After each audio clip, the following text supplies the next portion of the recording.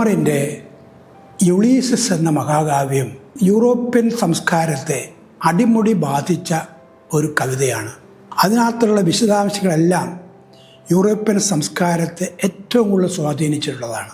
ഭാരത സംസ്കാരത്തിൽ അദ്ദേഹത്തിൻ്റെ ആ കാവ്യം ഗൗരവമായി എടുത്തിട്ടുണ്ടോ എന്ന് എനിക്കറിയില്ല. അതിലാണ് യുളീസിസ് കപ്പൽ യാത്ര ചെയ്യുമ്പോൾ വൈതരണികൾ, വിഘടനങ്ങൾ വഴിനീളെ ഉണ്ടാകുന്നുണ്ട്. അതിലൊരു വിഘടനത്തെക്കുറിച്ചാണ് എനിക്ക് പറയാനുള്ളത്. അത് ലോട്ടസ് ഐലൻഡ് എന്ന പേരിൽ ഹോമറിൻ്റെ യുളീസിസ് എന്ന മഹാകാവ്യത്തിലുള്ളതാണ്. ലോട്ടസ് ഐലൻഡ് എന്ന് പറയുന്നത് ഒരു സാങ്കല്പികമായ സസ്യമാണ്. അതൊരു ദ്വീപിലുള്ളതാണ്. ആ ദ്വീപിലേക്ക് എല്ലാവരെയും ആകർഷിക്കുന്ന വിധത്തിൽ ആളുകളെ വിളിച്ചു വരുത്തുന്നു. അവിടുത്തെ ആളുകൾ വളരെ സ്നേഹമുള്ളവരാണ്. അവിടുത്തെ ആളുകൾ വളരെ ആതിഥ്യപ്രിയമുള്ളവരാണ്. എല്ലാവർക്കും സമൃദ്ധമായ ആഹാരത്തിൽ വളരെ വിശിഷ്ടമായ ഭോജ്യമാണ് ഈ ലോട്ടസ് എന്ന് പറയുന്ന ചെടിയും അതിൻ്റെ ഇലയും അതിൻ്റെ പഴങ്ങളും.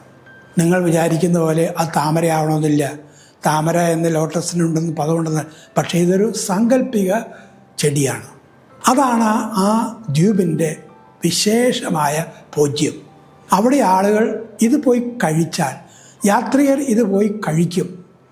ആളുകൾ ഇഷ്ടം പോലെ കൊടുക്കുകയും ചെയ്യും. അത് കഴിച്ചാലുണ്ടാകുന്ന കുഴപ്പമുണ്ട്.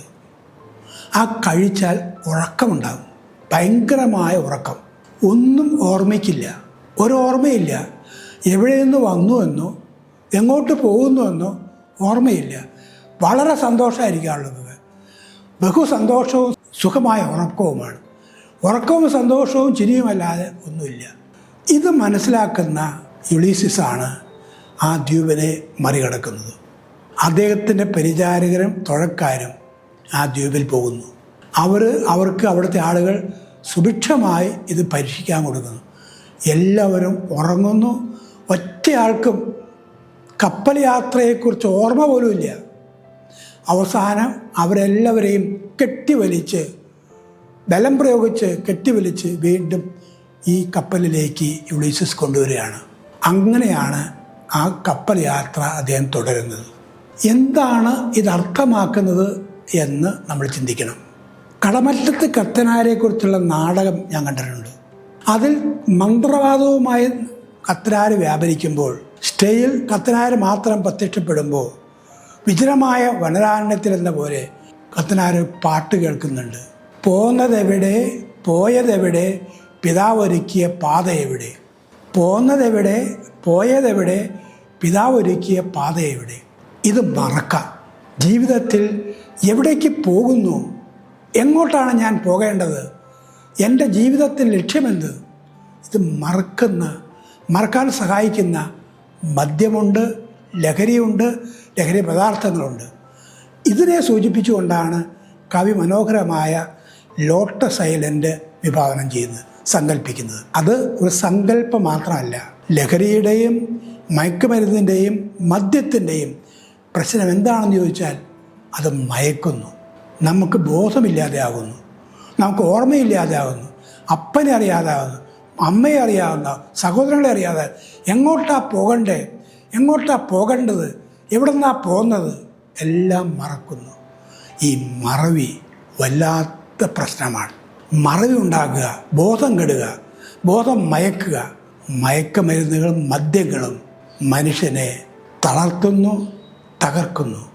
ബോധമില്ലാതെയായി, ഓർമ്മയില്ലാതെയായി, ലക്ഷ്യമില്ലാതെയായി ജീവിതം തകർക്കുന്നുണ്ട്. അങ്ങനെ തകർന്ന മനുഷ്യരുടെ കഥ ഗ്രാമങ്ങളിലും പട്ടണങ്ങളിലും നിരന്തരം നമുക്ക് കാണാം.